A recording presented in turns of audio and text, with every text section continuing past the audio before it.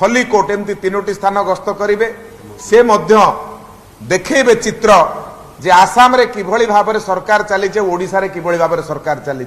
जो कथा प्रधानमंत्री नरेंद्र मोदी कहीकि गले किभली भाव में आसाम विकास करुच्ची किभली भाव में छत्तीसगढ़ विकास करुच्ची बीजेपी सरकार थिबा कारणरू तार चित्र ओडिशावासी आगे दुई मुख्यमंत्री रखिबे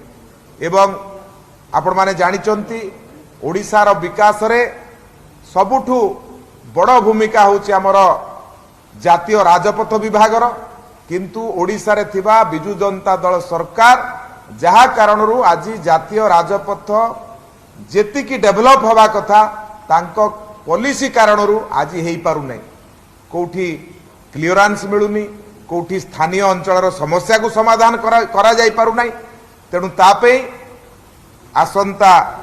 नितिन गडकरी जी पुरी आसीबे पुरीर कृष्ण प्रसाद रे गोटे बड़ सभा करिवे जोटी से देखेबे जे किभली भाव में ओडिशा सरकार सहयोग न करुवा कारणरू ओडिशा रे राजपथर विकास रे बाधा सृष्टि होउछि तेणु कहीं डबल इंजिन सरकार रो कथा प्रधानमंत्री नरेंद्र मोदी कहते ताहा तांको वक्तव्यरू स्पष्ट भाव में बारी हबो एवं सेही भली माननीय राजनाथ सिंह जी सी 8 तारिख दिन रायगड़ा एवं भवानीपाटना दुईटी जगह सभा करेंगे आ दुईटी सभा माध्यम ओडिशावासी को अनुभव करेबे भारतीय जनता पार्टी सरकार हबार आवश्यकता कौन अच्छी आज जो भली भाव में सोशल मीडिया रे वीडियो घूरी बुलुची दिबा स्वप्न बोली कहउचंती आमे तांको कहूचु जे जो विकास चित्र आपण देखौचंती निजे टी जाई वास्तव में देखंतु विकास चित्रटा को भली जगह पहुंची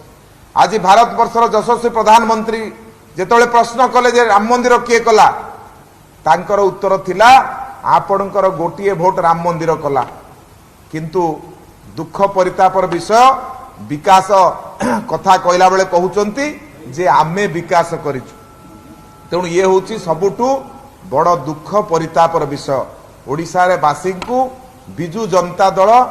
दीर्घ लंबा समय धरिक ओडिशावासी को ठकी चली विकास नारे विनाश करिछि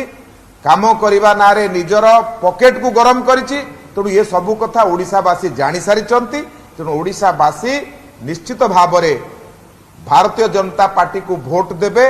निश्चित भाव में ओडिशा रे भारतीय जनता पार्टी सरकार हबो ए जो नेता माने आसुचंती ये कथा को सेमाने आहुरी पुष्ट करिवे भारतीय जनता पार्टी सरकार हबो।